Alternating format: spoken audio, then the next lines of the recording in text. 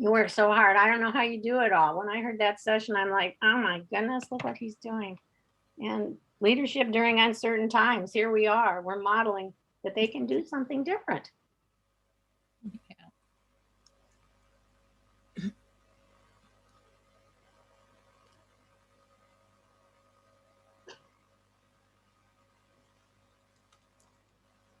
I didn't realize you're recording now.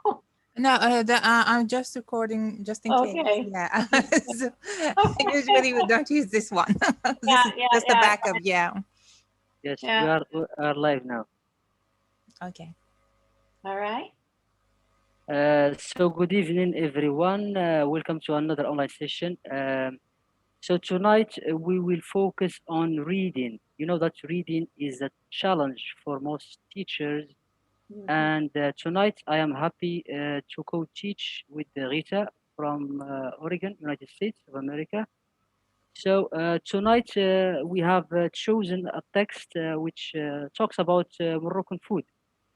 So we'll share with you some strategies, some reading strategies, which are, based on Rita's book, Reading Challenges. So if we can see it. There it yes, is. That's my so we brand will use some strategies from her book, and we would like you to ask questions, interact in the comment section, because we want to make this session as interactive as possible. It is actually a mini lesson with the three stages, popular stages in reading. We have the first stage before reading, and we have while reading and post reading. right. So we'll start sharing the presentation. Okay. Would you like me to start Yes. by introducing myself a little bit? Yes, of course. Okay, thank you. I'm so excited to be here with you two. Aziz and I have had the best time learning how to co-teach. People talk about co-teaching, especially me, and yet taking a risk internationally is really an interesting phenomenon. We've had just a wonderful time. We're teaching each other. I can't begin to tell you how much Aziz is helping me with my technology, which, from all my writing has been a growth area for me as a lifelong learner. What my background is about schools and reading. I was a school principal. I've taught all levels, preschool through adult. My last teaching was actually in preschool. That was a really fun time, and I learned a lot. I also was a curriculum coordinator for County Office of Education in California, a Title I program evaluator. But what I'm most excited about was I was able to not only be a keynote speaker and a seminar leader, but I traveled around the country meeting teachers, teaching with teachers and parents and homeschoolers. And I was able to be in almost 600 classrooms teaching with teachers. I have many books that I've written. The three current books include my newest book about reading, which is useful for home or for school. That being said, we decided to do a session on comprehension today because we've made things pretty hard right now. We want to make things easier. We've read the literature on learning loss. We're all aware that the school year was chopped up for kids. But instead of the notion of remediation, Aziz and I are very much into accelerating learning.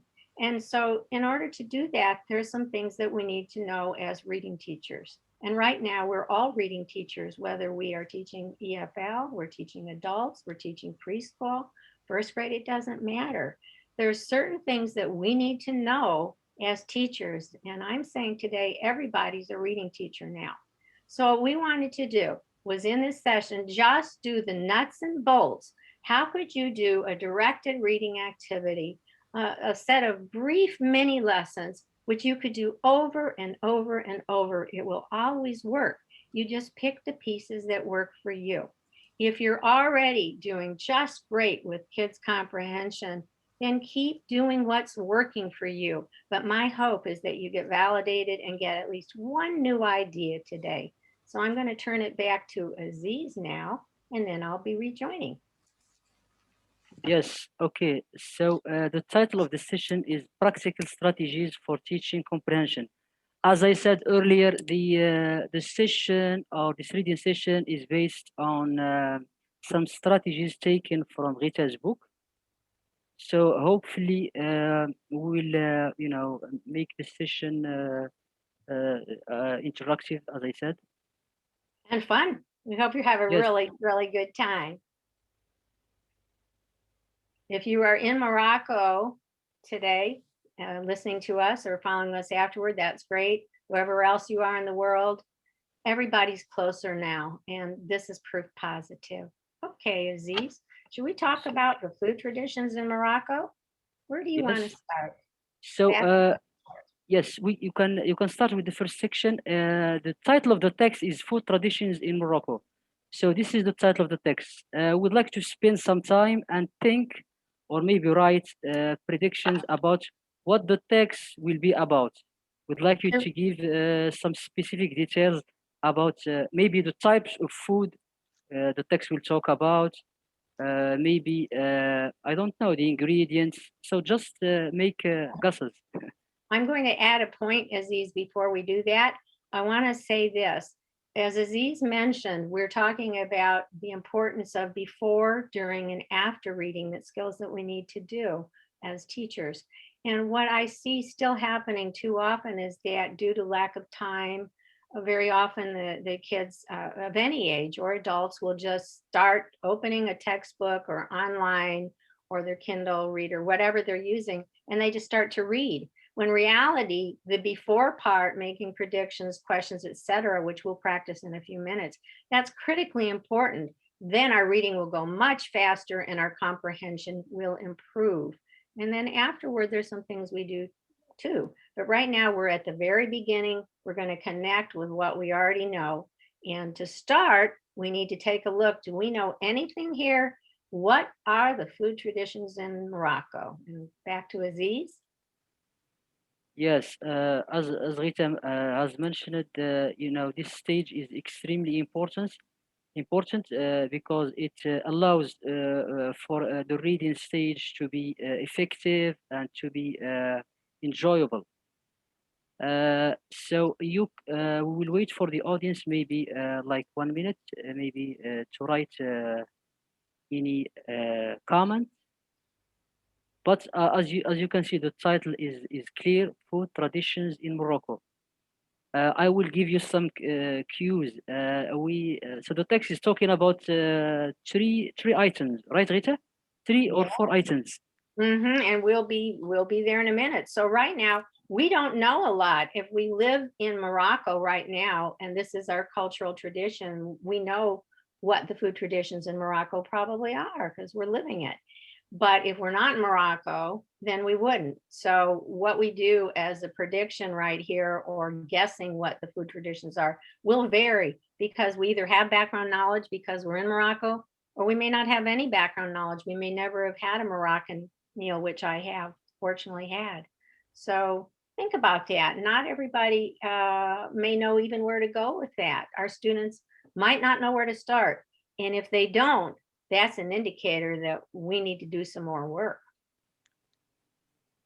So Rita, can you maybe help us with the first one? I would. And I'm going to ask you to switch to the sentence frame right now, if you could, Aziz. Yes. So sentence frames are helpful for you to give meaning to your expressions, to help you write about the text. So you can use, I think the text is about, or other expressions. I think it's about, I think it might be about, perhaps it's about, but a sentence frame is one way that we can start off just making a kind of a prediction or a guess. We may not know. We may not even know what to say with a sentence frame, and that's okay. Then as a teacher, I'm getting more information. I'm going to probably have to go back and build background knowledge. And to look at that, let's skip over to the next frame, which will be our KWLW. Yes, you know that sentence frames are helpful, and there is also this table, which is the KW. Yes, and there we go. So Rita, we'll start with the first, with K and W, right? Yes. Now, KWL was originally done in the 70s by a woman by the name of Donna Ogle, O-G-L-E. I'm sorry, not Vogel.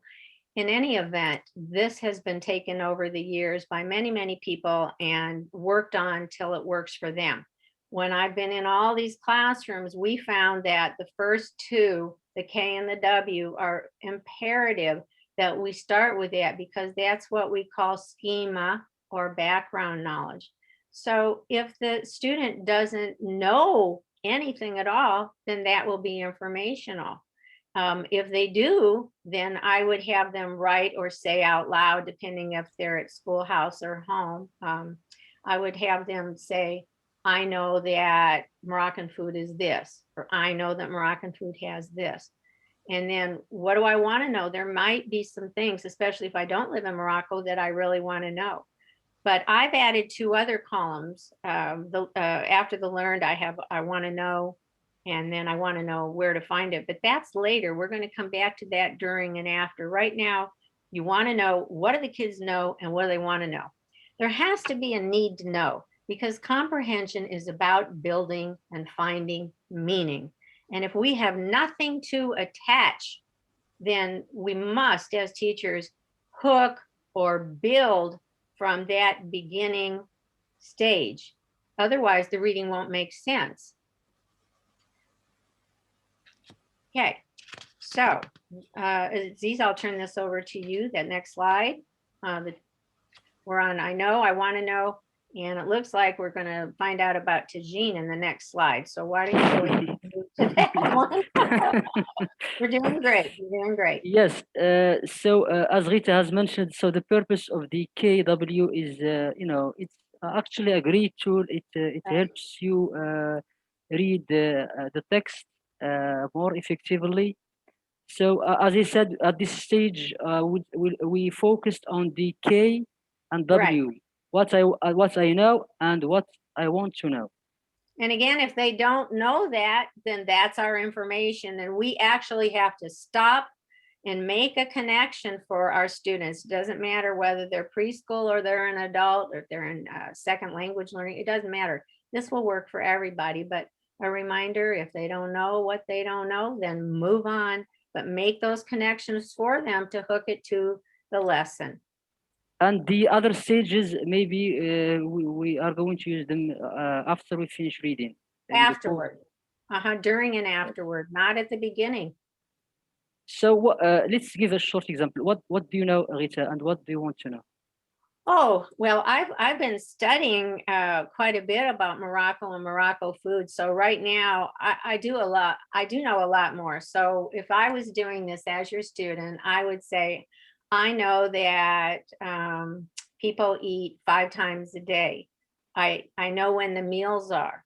I know that they eat like tagine and they eat couscous. The tea is very special. I know a lot more, but I didn't know anything other than having had Moroccan food several times. So whether it was this or any other lesson we're doing, I know a lot, but I had to go back and find out and build my own schema because I did not know anything. What do I want to know now? What I want to know still is the other foods that are eaten beside the traditional foods. I have a good idea, but I have a lot more that I want to know, and I want to eat more. So I want to know where I can get Moroccan food without you sending by drone. So that would be me, but I have already studied because I did not know anything. Great. So we'll move to the next slide.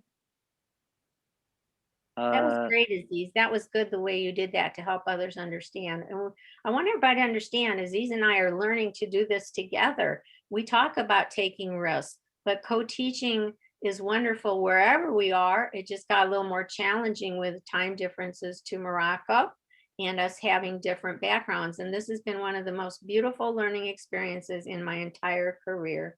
And I'm so grateful to be here today. So here we go. The picture. Pictures are a picture worth a million words. Well, we want to mention that this is tagine. And Aziz, you will tell them more about tagine. But for me, when I didn't know, I started with Pixabay stock photos, 18 pages of foods in Morocco I went through, trying to understand better what would I see at a market, what would I eat at home, or what if I was with a family. I wanted to know, was the tagine the food in the plate, or was the tagine the conical cooking pot? And I wanted to know, is this on the table? I knew that it was communal eating, but I wasn't sure about the bread and how you dip it. I just have a lot of questions, but I'm learning a lot. So looking at that photo, if I was not from Morocco and I didn't know, I was trying to figure out what the vegetables were. It looked like garbanzo beans. So that's to build my comprehension before I even read the article. I've already looked at the food, I've looked at the headings, and we'll do some more of that. So Aziz, if you'd like to tell a little bit more about that picture, that will help as we go further. Yes, the purpose of the picture at this stage is to help readers have an understanding about the text. And it is also an opportunity for us teachers to teach them vocabulary or that is related to food. Or maybe ask questions. What do you see in this picture? I see different vegetables. I see a tagine. I see in the background there is like some sort of soup, and there are also some spices. We have different spices. So this is a popular dish. It is tagine. Yes. Well, I have a question, Azine, and I didn't get to ask you that before. Why is a spoon there if we're going to be using our hands eating communally, taking a triangle of the food, you know, scooping with our bread? Why did they show the spoon in the picture?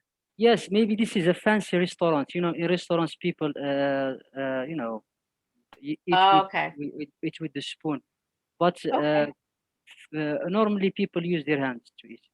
Okay, so these are examples I wanted to make exactly since we're modeling today. I wanted to say that it's okay to have questions like that as we go, because reading is about making our predictions and asking questions as we'll be doing next. And then we read to find out if we're right. And then we go back. It's okay to go back. They're called look backs. And if the student didn't get it, we'll have them look back to see what that answer was, or if they can find the answer. So that was a great question on that. Yes. Okay.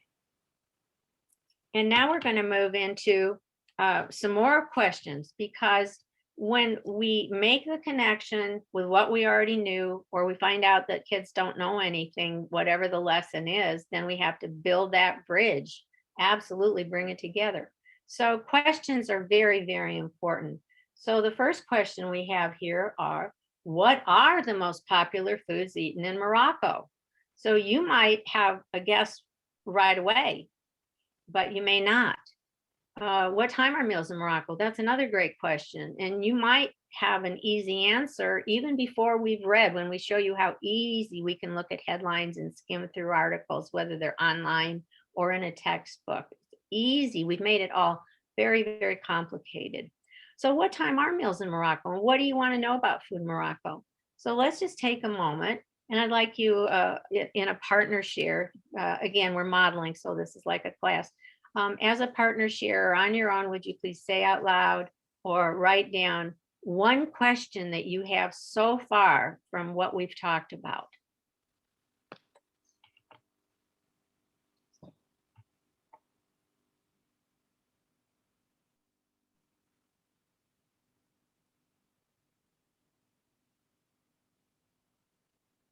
Okay, Aziz, do you have participants who might answer, or would you be our student for a moment and answer a question or ask a question? Yes, maybe the most popular foods eaten in Morocco, we have tagine, we have couscous, we have, you know, those are the two most, you know, popular foods eaten in the country. And they have like, they are international, they are known in many countries. That's what do you want to know about Moroccan food? Mm-hmm. What do you want to know about food in Morocco? So this is a question directed to you. I directed that question back to you. Okay, so let's just assume at this point that the participants as teachers, and again, if you are a parent watching today, whether you're in the United States or England or anywhere in the world, and if not in Morocco, these questions are easily translatable to any mini lesson that you teach. This is the process, and you can do any parts of the process that you want to do. If there's parts you want to skip, you can do that. In my book, it's very detailed in that chapter, but for our purpose today, we wanted to make it as easy as possible so that we could quickly follow along a directed reading activity. So when we take a look at those questions, I noticed, Aziz, that you actually prepared a slide that showed where our participants might find out more information, where the article that we're going to be sharing came from. Yes. And that would be the next slide that says read the text. We're almost to that. Yes, I will share the link to the right. And text. If they don't look at that now, that's fine. They'll have it. And also, it is also in the slides, so it's okay. They can access it through the comment section or to the. Absolutely, absolutely. So the text is actually written by a native speaker called Margaret. Maybe I don't. I found her last name too. After I talked to you last time, her last name is actually Jackson. It's yes. Margaret Jackson. It's always important that we take a look at the author, and also we also take a look at when an article was written. If it's a textbook in particular, you want to know if it's an old book or new to be accurate. So Aziz, as we take a look at the article, do you want to put that on just for a quick skim and I'll give them some ideas? This would be the actual article slides, few people it starts. Yes, of course. If we can put that slide up now.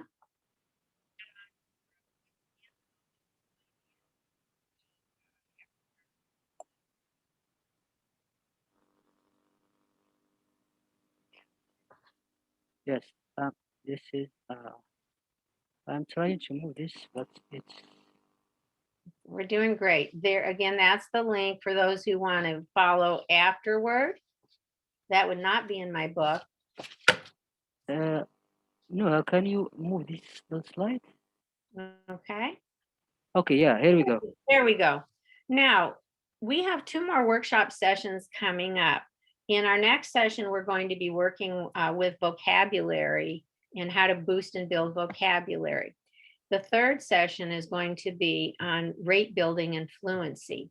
But I'm going to go ahead today and give you a couple quick ideas of things that you can do right off the bat with your students. So this is, we have a page that we can look at, and you're like, whoa, I don't want to take the time to read that whole thing, and nor do we have time today. So I'm just going to suggest that you do this. It's always important to look at headlines, to look at pictures, and also to be able to skim through the material and see our words standing out. Now, in this particular article that Aziz pulled that I just dearly love about the food in Morocco, it really has the topic sentences or the main ideas right in the front, the first sentence. So we could read together. Few people outside of cities have clocks in Morocco, instead scheduling their days around the 5 calls to prayer and the 5 daily meals. Now that blue 5 daily meals, I already got an idea. And I know from reading the whole article, and I'm just going to share with you, most of the main ideas are right in the first sentence. So if I needed to help myself before I ever read the whole article, whether it's an article like this and I'm doing an article walk, or it's a book, I'm doing a book walk, if I'm online, it's always the same thing. I'm going to take a look and see what stands out. So 5 daily meals stands out. I see in the next sentence ahead of bread. So I'm going to be able to skim read really fast. Moroccan homes have bread, and if they don't, there's something wrong. We're going to find out that bread is a staple of Moroccan diets, and that girls learn how to bake their bread at an early age, and that most families have bread. So I have not read this whole article, but just letting my eyes run down the middle of the page and see what stands out, I already know that bread is going to be important in the Moroccan diet, and tea is going to be very important in the Moroccan diet. And where the sentence says the other mainstay of the Moroccan diet, tea is the national drink and revered as such. Well, I know right there, that's the topic sentence. The rest is just going to be details. So this is just an easy thing that we can do without starting to read. And for our second language learners, it can be plotting one word at a time. The slower that we read, the lower our comprehension. So we're going to use these tips, these hacks that will make it easier. So the first hack that I wanted to tell you about is that what you might have read, structural features of text. That's true. We look to see what stands out. Sometimes I've worked with groups of kids and I said, you don't have to read this, but right now, just let your eyes float and tell me 3 things that you've already learned. So Aziz, I'm going to say that to you as our student, just without reading this, just kind of walking through that page of the article. What did you get? Could you tell me 2 things that stood out to you? 2 types of food. We have bread and tea. So they are also written in different color. Uh-huh. All right, there you go. And that's how easy it is. Could we show them the second page? Yeah.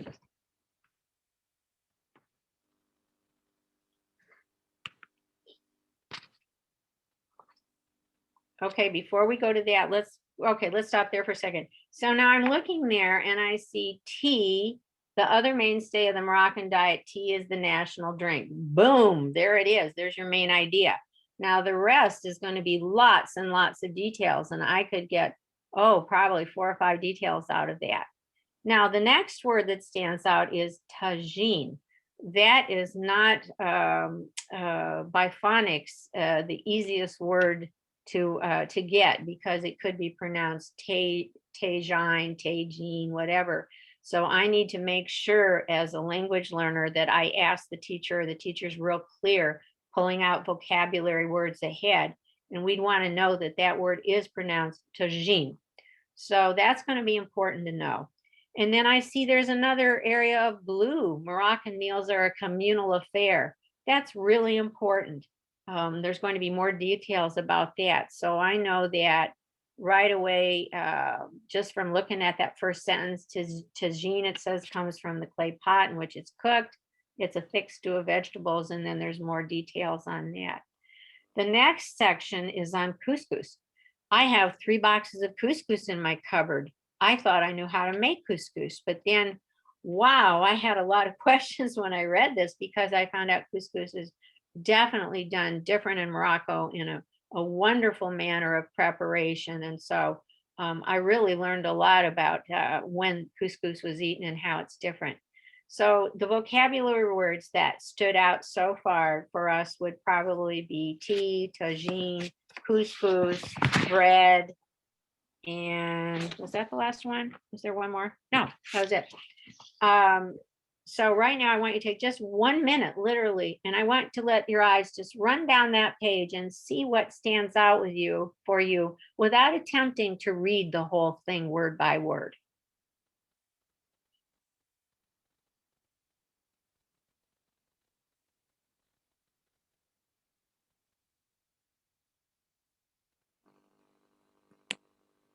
Okay, just one thing. What did you get? Pretending again that you're a student today. What did you get, Aziz? What one thing stood out on that page, or 2 if you have something else? Yes, maybe the different types of Moroccan food, the most popular ones, and and why they are popular. Okay. All right, let's go to the next slide. Now that people have gotten just an idea of what that article that you had pulled for us is about, let's go to the next slide that says turning heads into questions. But remembering what we have up here right now, the article with the holiday foods and the tradition, rather the traditional foods. Okay, we can ask questions on our own, like we did. Like what is the favorite food served at a Moroccan table? We might have had a question, how many times a day do people eat? What times of the day are they eating and what is served at each one? But I can also take and I can turn headlines into questions. For example, the very first thing that I thought about was when the article is called Food Traditions in Morocco. So my first question is, what are the food traditions in Morocco? And then I'm going to make my predictions, ask my questions, do my K, do my W of the KWLW, and then I'm going to read to find out. But we don't have to do it so broad. We can stop. If the students are not understanding, we can do it by a page, by a paragraph, or even by one line. And by turning heads into questions, then we know what to read to find out. So for example, I might write, what kind of breads are made in Morocco? So I turn that head into a question. Who cooks or who bakes the bread in Morocco? If it's couscous, I might say, how is couscous in Morocco made differently than the couscous I might be making in Oregon, USA? So that's the kind of question. So let's do the next slide and show the kind of questions that we had. There we go, Aziz, yours. So, what are food traditions in Morocco? What does Moroccan bread look like? Why tea is an important food in Morocco? So, turning heads into questions help students overcome any reading challenges, and also help them analyze the text and learn more about it. So it is no longer a passive reading. So you read for a purpose. You read Yes. to understand specific information, to look for specific information. So reading with a purpose. That's such an important point that you made, Aziz, and I want to make sure that everybody's very clear on that. We need to have a reason to read. We have to have a purpose for our reading. Sometimes that we're reading for pleasure. Sometimes we're reading to find out. Sometimes we're reading based on our interest for pleasure reading, just stuff we want to read. But when we're reading academic reading and we want students to really understand these strategies that seem so easy, that's the point. They are. So when you turn those heads into questions, and then we saw, did we already ask that question? And then we'll say, oh, we didn't find that one out. Or I wasn't right about that, but I was right about that one. And then I have lots of strategies in my book for how you can do that. For our purpose today, we're keeping it just very, very simple.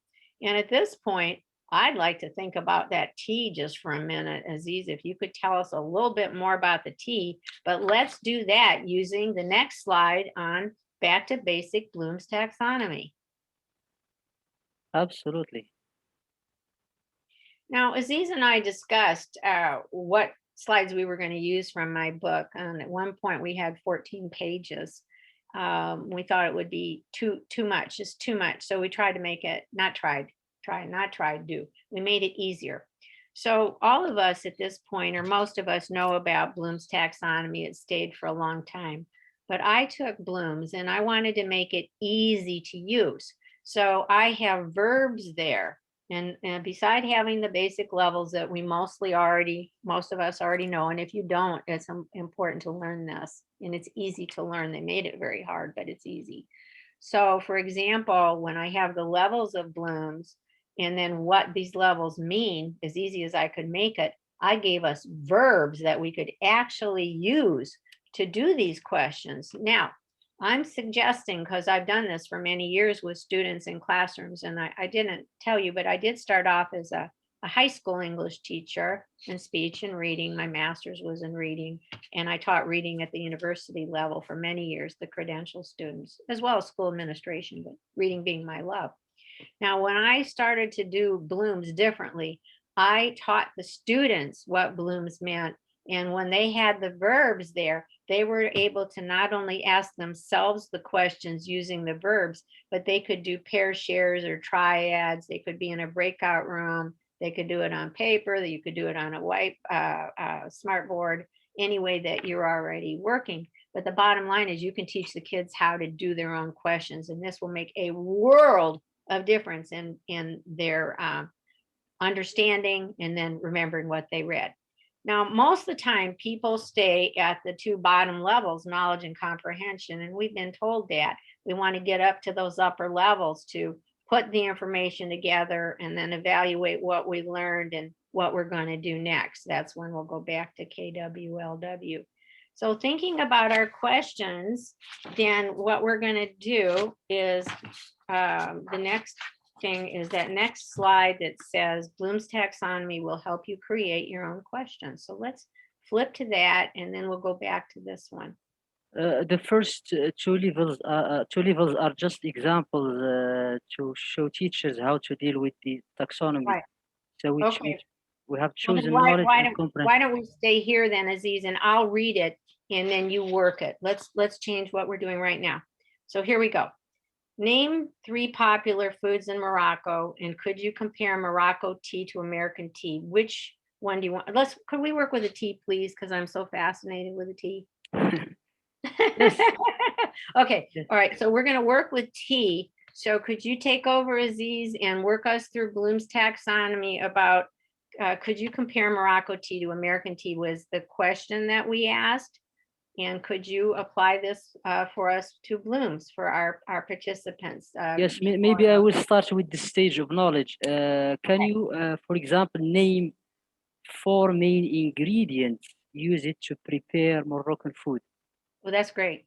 And also, can you define these ingredients, or maybe order the steps of the preparation? What we do first, what we do second, what's the final stage, etc. Yes. Also, we can move also to the comprehension stage. Can you summarize the preparation of how to prepare Moroccan food? You can use a paragraph or just 4 or 5 sentences. That's so fantastic. It's just so easy. I can't believe that we make things so hard. Our goal is to make reading easier. Let's go. I know I'm stuck on tea, forgive me, but I'm so fascinated by tea. Could we do tea using analysis? Let's take it up, Aziz, because we're teachers teaching together today. Analysis, check the parts. Could we compare, contrast, not the other ones, but could we compare or contrast Moroccan tea to American tea? For example, I'm so fascinated about how it's made with mint and sweeter, and it's served at different meals.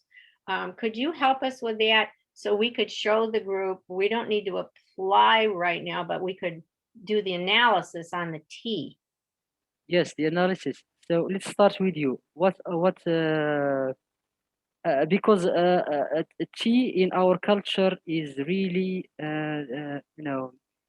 it takes a lot of time to talk about it, because each region has a particular way to prepare tea.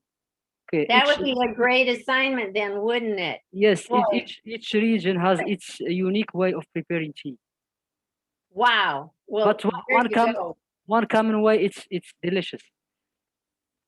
I'll tell you what, it sounded sweet to me and it sounds delicious. That's an exact example how we could take the tea idea, and you could turn that into a full-on project. That would be fabulous. Okay, that's really great. Aziz, let's see, on synthesis, let's go back to the foods then. Could you give us a question or an activity of what we could do with synthesis? And by the way, people, we did not rehearse this. This is on the job. We're with you, sharing from our heads and our hearts. So thanks for being with us today as we explore this together. Okay, Aziz, I know so concerning sentences, maybe we can ask students to design a poster, showing the steps with pictures, and maybe to order those steps from 1, 2, and the final steps. a poster. It's like a project, Mm-hmm. or maybe they can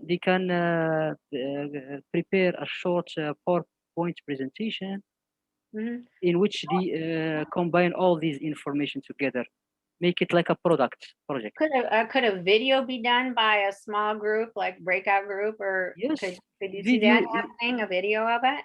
Yes, video is great. I wonder if they could demonstrate also, if we could go back up to comprehension level, and I'm wondering whether they could demonstrate as well. So, Yes. wow, are you saying that there's all these kinds of things that we can do? And everybody thinks that, well, we got to do blooms, but they're just thinking about teachers not just asking questions down here. We're talking about really using this to help us. So, wow, this is very powerful. I'm really glad that you put that in there. Yes. Now, We move to the next, let's see, all right. I wanted to talk a moment about vocabulary. The word web would be the next slide that would go up, and the word we picked was tagine. So that's the next slide to pull up. Okay, we talked about that. That's a good review. We did that. Okay, right there. In my book, I have a large section on vocabulary, and as Aziz and I have been planning for several months what to do for today and how to make it really special for you. We're going to do the vocabulary as a whole separate session next time, but I wanted to make sure to mention vocabulary because to really comprehend, we either need to pull out words ahead, however you do it, whether it's in a word bank or up on a wall or however you're doing it and it's working for you will be fine. But I want to make the point that we work with vocabulary before we read, we can pull it out during our reading. And then after, we want to make sure that we understood the vocabulary words and then we use them more than once. We continue to put them in our conversation, whether it's second language class or any class. Vocabulary has to be considered as part of comprehension. The reason I picked tagine was, again, that was the word that was newest to me. And so I would be working with this word. If I was the teacher in the class, I would definitely be doing either a plain old web with the spokes about tagine or other activities, which I'm not going to share today. I'm going to have you come back with us and then we'll show you all kinds of things. But I just want to make the point that vocabulary is not forgotten in comprehension. We start with what we know. We look at what we want to know. We make predictions about what our reading is going to be about. We take a look at it, see what stands out. Do the structural features stand out? Are there bowls? Are there heads we can use? Are there colors that we can use? And we also want to see if there's any vocabulary that we need to take a look at, because that's a stopper for kids.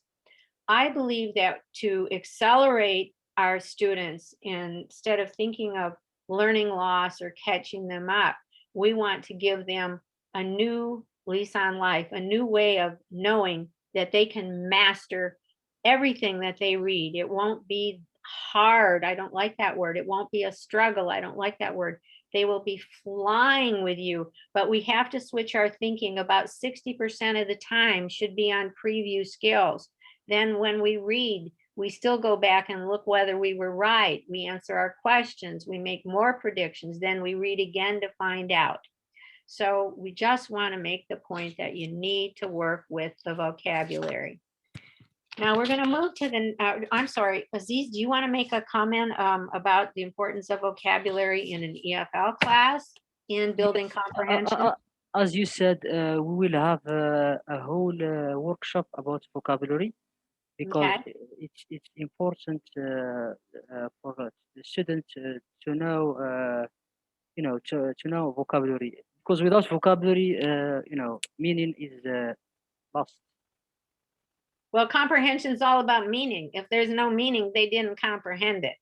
Yep. And that's where we are, is we want to make sure students understand what they're reading, and we want to make sure that they do it with ease, because they have strategies that they can use over and over and over, the ones that work for them. But we have to have our toolbox, so to speak, filled and overflowing so that we have, if they didn't get it this way, then we can get it this way. If they didn't get it this way, then we'll give it this way. So the students need to know the strategies. And then when they're not with you, they'll be able to go back and practice on their own. And they'll go, boy, I can zip through this. I want to make a point also that I forgot to mention before with you, Aziz. If you are using a textbook and it's not online, or if you are reading online, I very often go back and read the questions at the end of each section before I read. Or if there's questions at the very end, I read those first, then I know what I'm looking for when I'm reading. And I forgot to mention that. That's another really, really important strategy. Yes. Did you have another comment there before we go on to the next? So we'll just move to the wrap right. up the reading. All right, so we're going to go up to wrap up the reading. All right, Aziz, I'm going to turn this to you, and then I'll come back. Yes. So this is the final stage, reading stage. There are different ways, you know, how to deal with this stage. You can either ask students to summarize the text, and again, you can give them sentence frames to help them write. For example, I am excited about this, I learned this, I learned that, etc. So again, here we have reading and writing. We have integrated two main skills. After they read, you can ask them to write a short paragraph about you know, what they learned from the text. And it's important to help them with sentence frames because you know, students or some students struggle with writing also. Yes. Or you can, or you probably can just ask them to pick two big ideas about the text, or you can ask them, you know, maybe sometimes you can ask them to extract maybe part of speech or certain words that they don't understand. Yes. You know, or discuss certain ideas in the text, etc. So there are many things or many tools you can use it at this stage. If you were on Zoom with a full class, you can also do it as a round, and the students can just say, I'm excited about, and they could either do pair share, tell each other, or it can be coming back to the teacher. If you're face to face in the classroom, it's a lot easier, but it's not a big deal in any way. Even if you're on the Zoom, it works just great. So I might say, okay, tell your partner one thing that you just learned about Moroccan food, or what question do you have now? I might say, I'm excited about, I learned that, I want to learn more about, I want to learn now. And that brings us back to the KWLW. The next slide. Absolutely. Terrific. Thank you. Now, in my book and in all my work, and I didn't tell you, but I'm really older than dirt. I've been an educator for 50 years now. So I'm really honored to be sharing what I know and what I've learned. And what I'm learning now as a lifelong learner is more technology. After I lost my husband and I moved to Oregon, I had a track phone and I had to learn Twitter and all the social media platforms, and I've written several more books, so I'm coming along, but I have a ways to go. So if I was to talk about my technology and what Aziz is already teaching me, I know what I would put here in each column. I know what I want to know because I've made a lot of progress. But now we're not talking about me and my learning of technology, my area to grow from. We're looking at your students and where you are as a teacher and where the kids might be.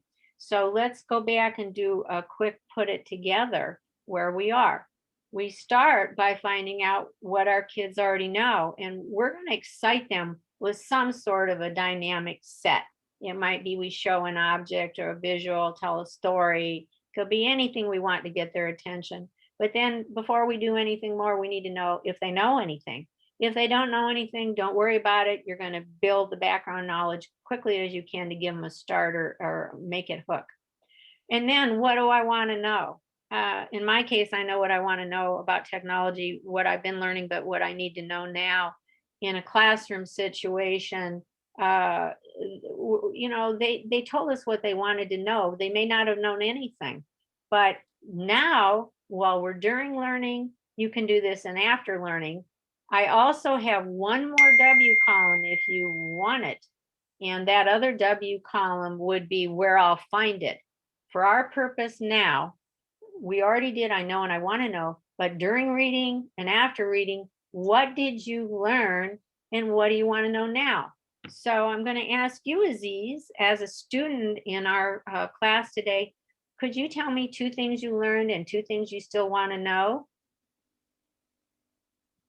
So I learned different types of popular Moroccan food and why they are popular.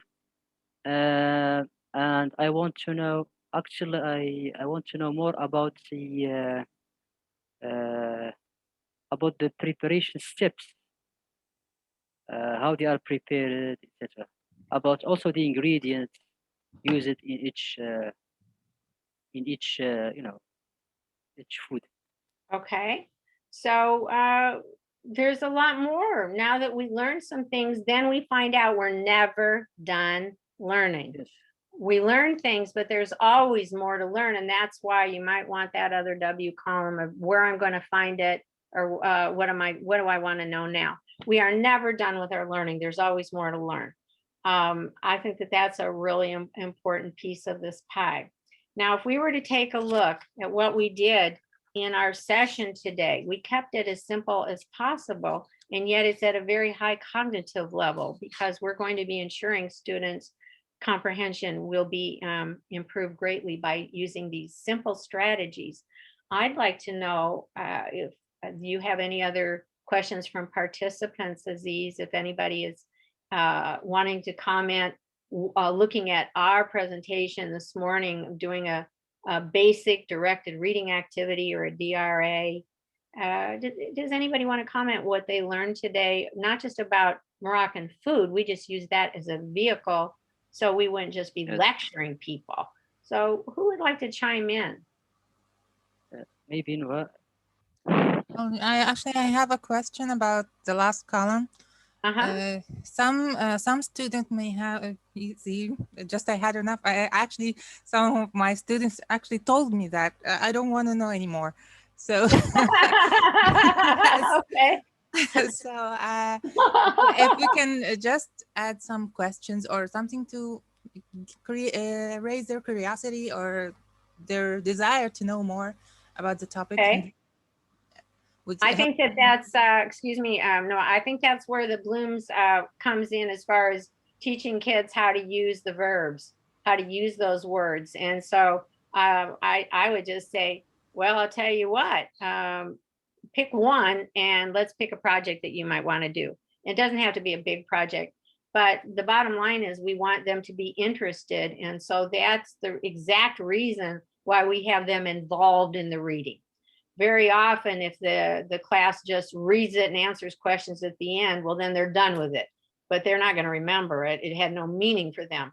So what can you do? I don't mean just you, but what can we do as teachers to make sure that we have such an easily understood process that they can follow and that we motivate them?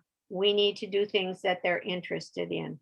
We know people say Maslow and then Bloom, but I've always said Maslow, so meet their basic needs, and then Dewey, because Dewey is about interests. So if your students, and then of course the next one would be Bloom, where we do different levels and different activities.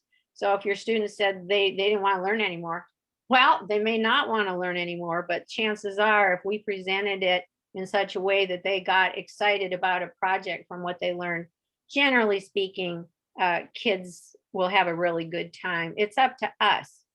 Kids are the knowledge workers. I like to see them designing their own learning for sure, with us being on the side, just assisting them and not saying good job, just saying this, you did this, now do this. But again, it's up to us to have the material exciting and interesting and enough variations that they find something that they're interested in. If a student just flat out said, I don't want to do anymore, okay, I'd move on then.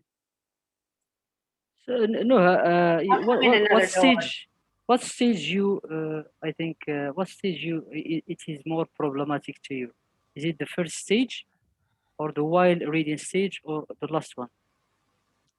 Actually, when we were talking the pre-stage, I have no idea about the Moroccan food, so it was very hard for me to make predictions and to keep up, you know. So from the point of view of a student who doesn't know anything about the topic, yeah, I was a little bit confused. Yes, Exactly. That's why we want to go through it methodically with strategies that they can use so they are not confused.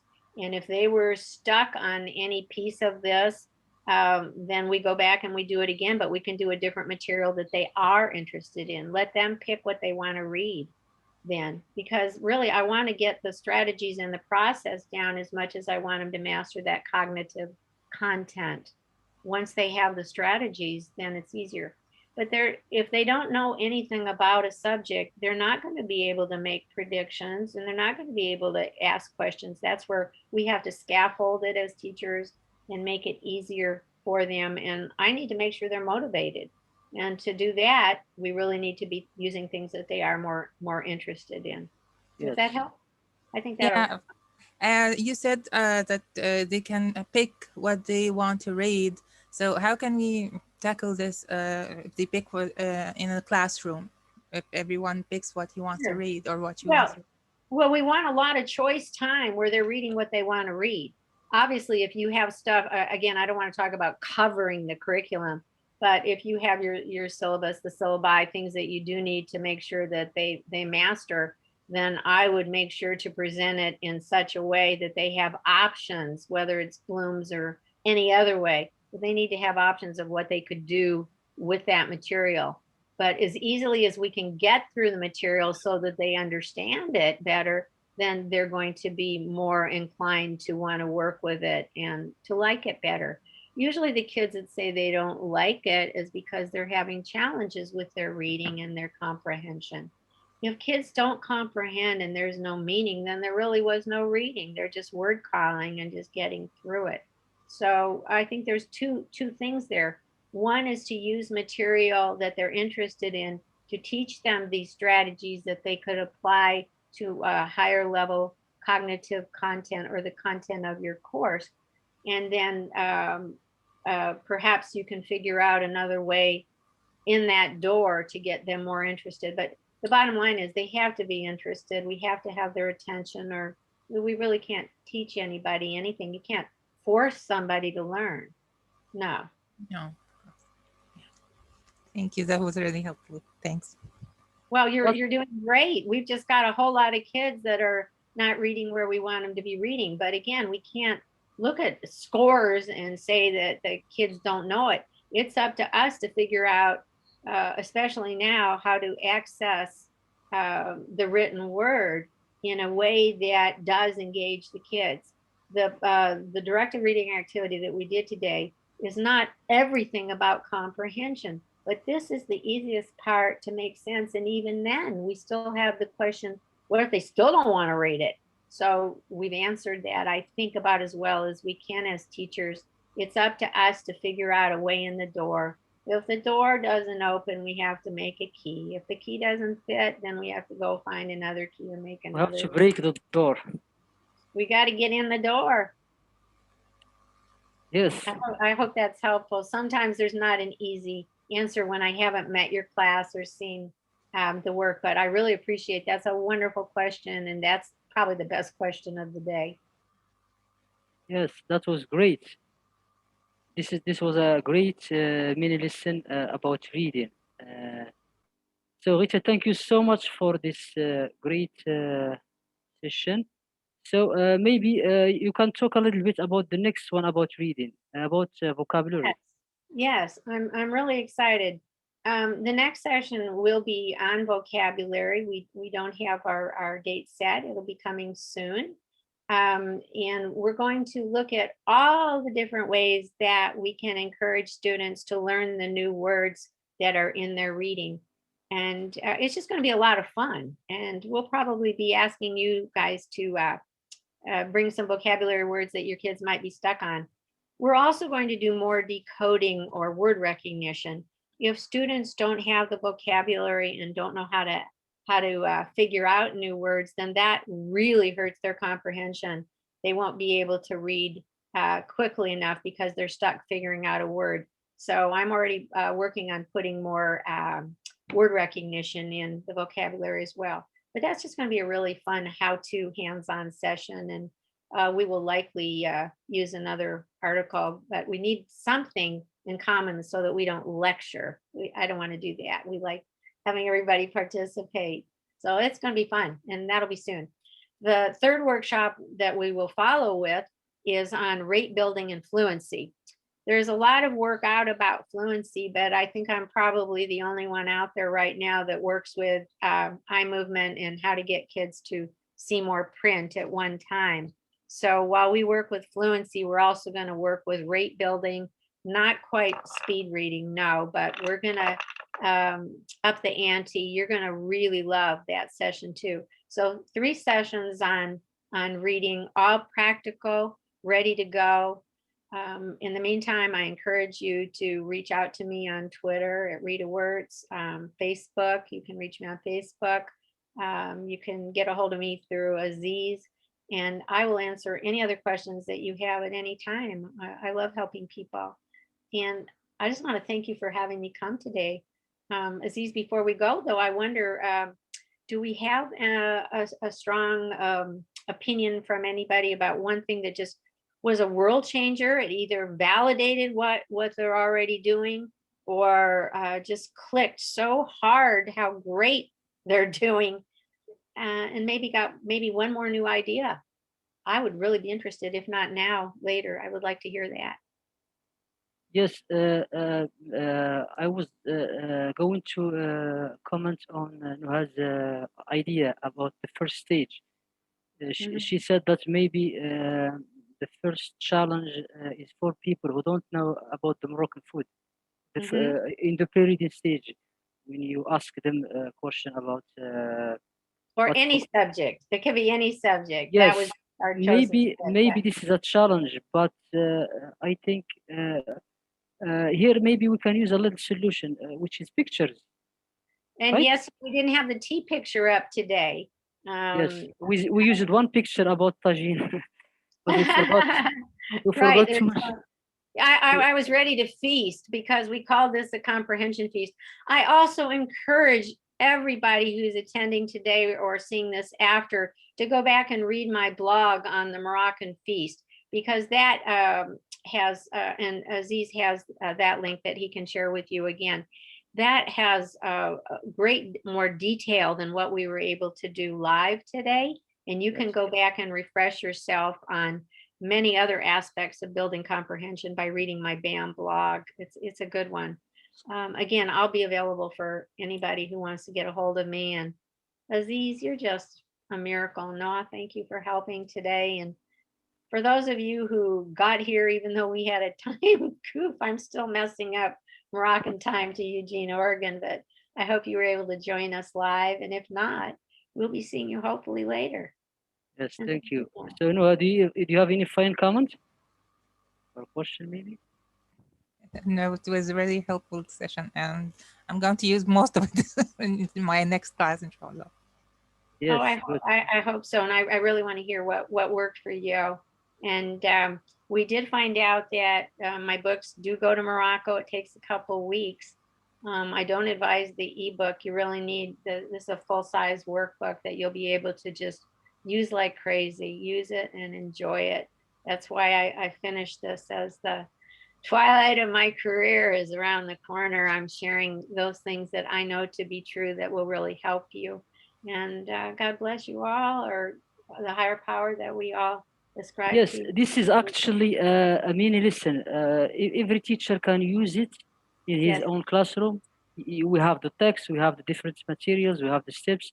So just use it with your class, and then you can see if it will work with you, or maybe what challenges you face, etc.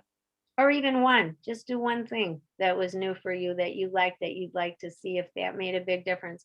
One thing can make such a huge difference, and it Yes. comes from head, heart, and soul. And we're all here together, better together. Thanks, Aziz, for inviting me today. I had a great Yes. time. Thank you so much. So we meet next session on vocabulary. And you'll be Okay. giving a date, right? Yes, of course. And we'll get the right time too. Okay. So see you later. Thanks a lot. Goodbye, Bye-bye. everybody. Have a great day from Eugene, Oregon to wherever you are. The world Bye-bye. is closer. Bye-bye.